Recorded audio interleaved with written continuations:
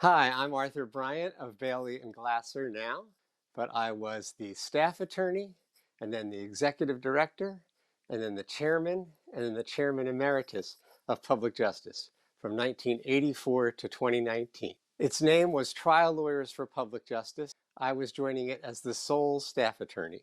Yes, the executive director was Tony Roisman in Washington, D.C. So I moved from Philadelphia to Washington, D.C. to become the sole staff attorney under Tony's uh, leadership.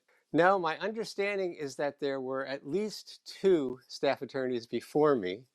The staff attorney immediately before me was Susan Saladoff. I once learned but do not remember, I apologize, the name of the staff attorney before her. Public Justice opened its doors in January of 1980 after Ralph Nader made an appeal to the plaintiff's trial bar to create a public interest organization that would use its skills and resources to advance the public good.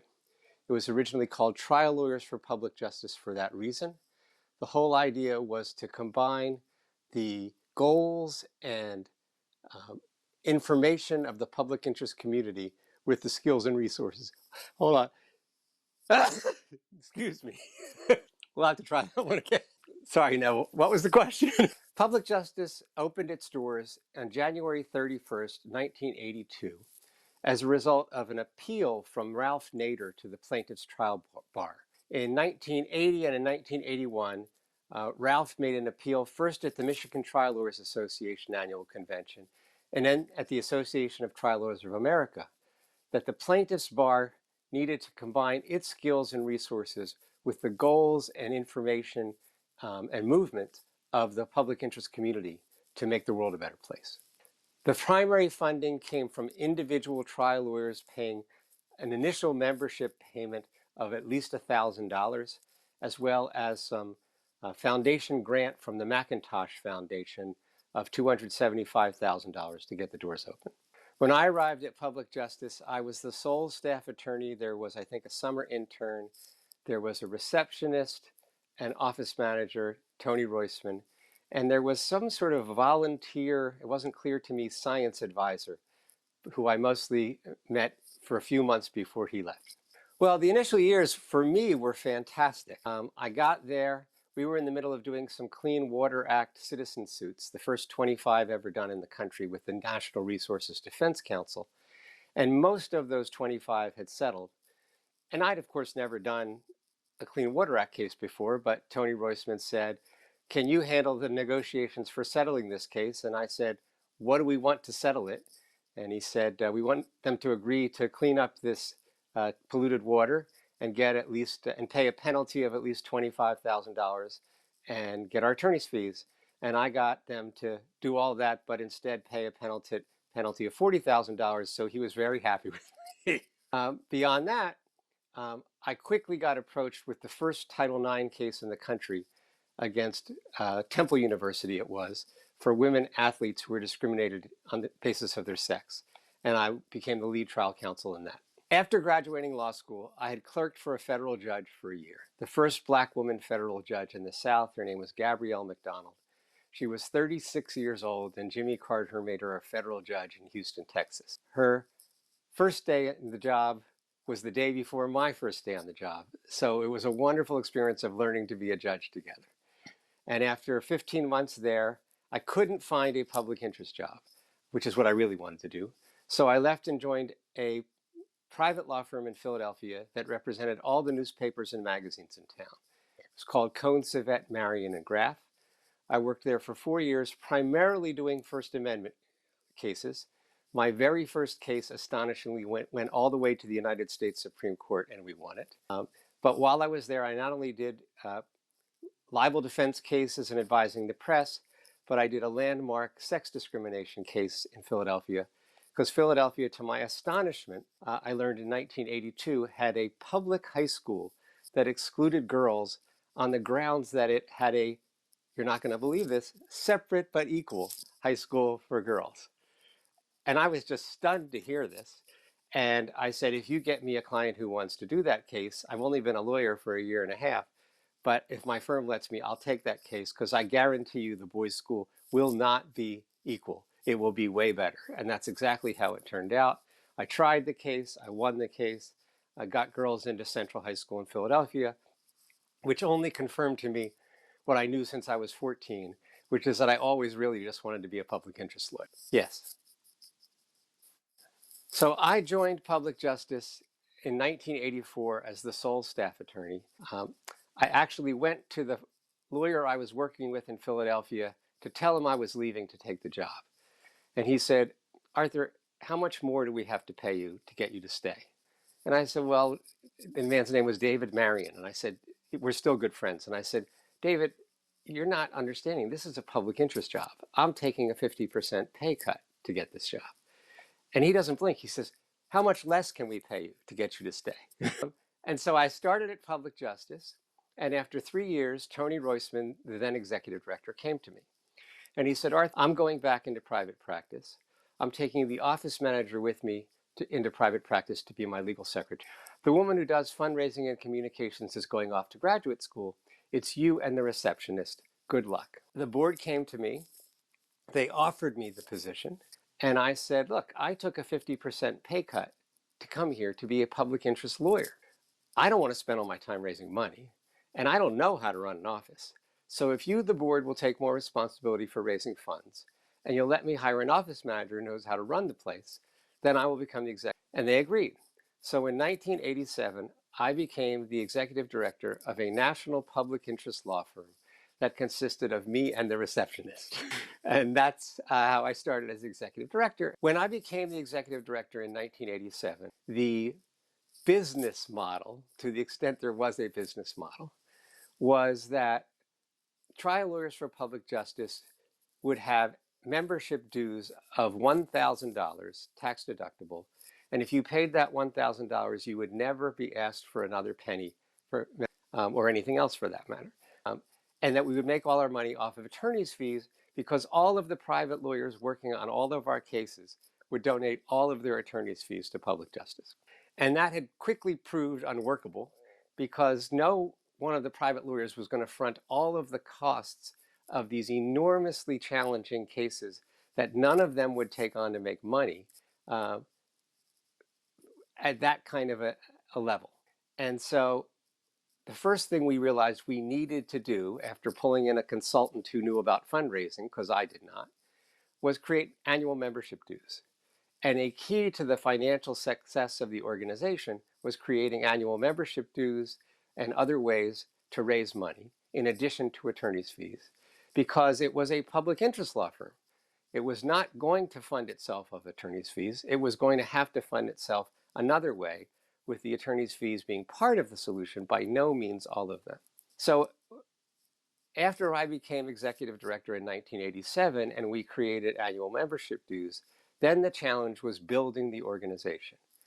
And that all came down to getting individual trial lawyers and law firms all around the country involved in the organization as members, involved in the organization as litigators and handling appeals, etc., and bringing onto the staff top-notch crackerjack lawyers who would focus on cutting-edge legal issues, because our membership could do the trials and the depositions and develop all the facts, but the cutting-edge legal issues, briefing and arguing them, that was not their primary focus.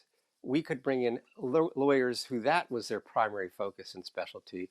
So the in-house lawyers would focus on the cutting-edge legal issues and strategy, and our members who were handling the cases would work with them to develop the cases, try them, and hold the defendants accountable. The entire model of the operation was to use our members' skills and resources to litigate cases. So in all of the public justice cases, there was at least one trial lawyer or law firm member who was usually the lead counsel in the case. Often it was many lawyers. When we handled the Exxon Valdez oil spill litigation on behalf of the environmental groups, we had over 25 private law firms as part of the trial lawyers for public justice team, along with lawyers on staff, me and others. But that was the whole setup. It was how it was supposed to work. It was not to have lawyers just give money so people hired out of law school who were smart would litigate cases. It's so lawyers would use their own skills and resources on cases that would make a difference for the public interest, whether or not the cases made money. Typically, it was our member law firms who funded all of the costs of our involvement.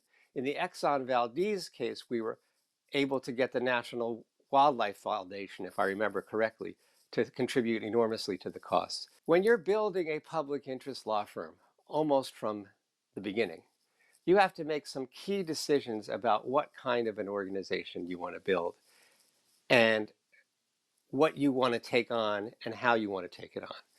And a couple of the things I created, again, with the board's agreement from the start, was that we were going to take on cases we thought we could win. We were going to become a feared public interest law firm because if we were taking on that case, that meant the defendant had to be very concerned it was going to lose. So when our first staff attorney after me started proposing case after case that had this enormous reach but was almost uniformly unwinnable, we would refuse to take on the cases. We finally, after I think about a year, had to let him go. And then we hired another staff attorney, but for some time it was just me and a staff attorney. Well, one of the very first cases that we took on was a federal preemption case involving airbags. It was a true eye-opener to me. The case was in the federal appeals courts. Someone had sued the auto companies on behalf of an injury victim who was injured because the car lacked an airbag. And we filed an amicus brief in the case. And the plaintiff's counsel, Sid Gilreath, was at that point an officer in the Association of Trial Lawyers of America. And he called me up and he said, Arthur, I read your amicus brief. I was the one who'd written the brief. He said, Arthur, I read your amicus brief and you really know this stuff. And I said, well, thank you. And he said, I was wondering if you would be willing to argue the appeal for me in the Sixth Circuit.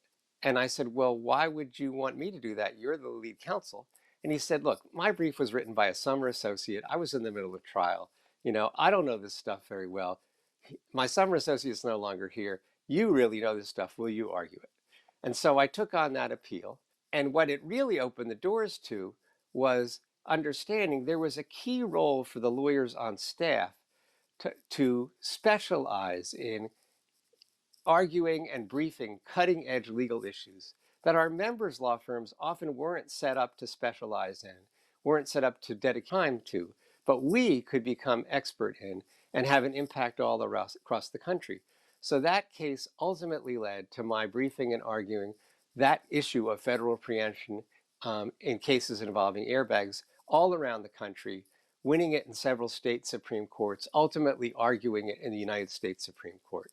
But it started with a single amicus brief way back in, I'm thinking 1985 or so. Oh yes, we were co-counsel for the plaintiffs in most of the cases. As time went on, we got so many demands for amicus briefs, we had to turn down most of them because it was far more important to be representing the parties themselves. And what happened is once it was established that we knew the law, particularly on areas like federal preemption, mandatory arbitration, class action bans and abuses, court secrecy, we would get calls from plaintiffs' lawyers all over the country, including our own board members and members, asking us, would we come in and co-counsel simply to brief and argue these cutting-edge legal issues because we became the national, and we would come in as co-counsel or appellate counsel, focused solely on those kind of issues. Before public justice was created, there were other public interest law firms. For example, the ACLU did civil liberties, the NAACP did civil rights. But what most people didn't realize is both of those organizations were enforcing the Constitution. And the Constitution only applies to the government. And so people might not have realized this, many people still don't, but the ACLU and the NAACP, Legal Defense Fund, were only suing the government. And what the plaintiff's trial bar knows really well is that a huge amount of the injustices being done in this country are being done by huge corporations, not just the government. And that's why it was essential that if a public interest law firm was going to focus not just on holding the government accountable, but also on holding corporations accountable for injuring people, it had to be the plaintiff's trial bar that got involved. And that's why trial lawyers for public justice, now public justice, was so essential. Among the early cases that we took on at the start was the Woburn water contamination case, or it was the Comanche Peak nuclear power licensing case, where there were whistleblowers saying repeatedly that this nuclear power plant in Texas was unsafe. They were punished for saying it. Turned out they were right, and we helped stop the plant from going forward as it was. These were both basically put together before I joined public justice. Once I got on board, it was the first Title IX cases in the country against schools for discriminating against women athletes. It was what became huge access to justice cases, federal preemption, whether the auto companies could be sued for not putting airbags in the cars, whether medical device manufacturers could be sued for defective medical devices, even though the devices have been approved by the federal government, whether drug manufacturers and pesticide manufacturers could be sued when their products hurt people because the federal government had approved their labels, and whether documents could be sealed in court of horrific wrongdoing and dangerous projects injuring people nationwide that corporations had managed to get sealed that we helped unseal. Those kind of cases were our first focus, along with the first Clean Water Act citizen suits in the country against polluters, forcing them to comply with the law and pay penalties to the government. Well, public justice, the whole story of public justice, at least since my involvement, was constant growth. So it grew repeatedly throughout the years. I don't have the numbers for the 1990s versus the 2000s versus the 2010s, but it was a constant growth. And the focus was always on expanding not just the membership to support the operation, but since the whole model was working with and utilizing the skills and resources of our memberships on cases that would make a difference, it was the more members we had with us, the bigger the impact we could have, and the more cases we could do, including the larger different kinds of cases depending on what kind of lawyers we got involved. So the original trial lawyers who formed then trial lawyers for public justice were personal injury lawyers. And then as other lawyers, civil rights lawyers, got more involved, as environmental lawyers got more involved, as class action lawyers and appellate lawyers got more involved, the scope of what our membership could do increased enormously, and so the scope of what we could do increased enormously, along with our ability to hire more attorneys on staff increased, so that expanded things even more. When I became the executive director of public justice, it was me and the staff attorney. We had fewer than 25 annual members. We had a handful of cases on the docket, and our annual budget was, I think, $275,000. When I left public justice at the end of 2019, we had 43 staff, 23 lawyers on staff, over 2,700 annual members. Our annual budget was, I think, $8 million. And we had the broadest range of cutting-edge, high-impact cases of any public interest law firm in the country, from the trial courts all the way to the United States Supreme Court in both the federal and state courts. Well, the first, and I would say in some ways, the single most important area of public justice work over the year is what I'll call access to justice cases. Cases that determine whether people can go in court and stay in court to hold wrongdoers accountable.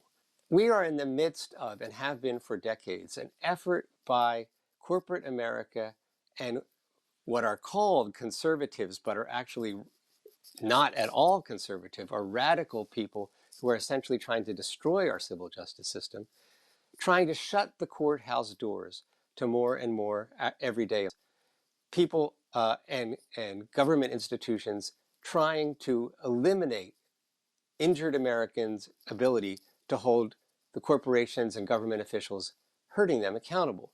So public justice has become the leader in the courts against all of these access to justice efforts, all of these efforts to shut down access to the courts and basically leave people with no remedy at all.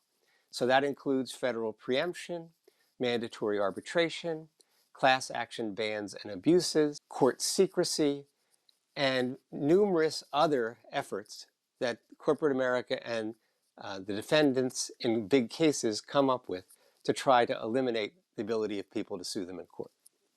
The sad truth is that corporate America has been succeeding in squashing the rights of Americans to access the courts and hold the powerful accountable, partly through legislation, but more than anything through rulings of the United States Supreme Court. And I fear greatly for what will happen in the next several years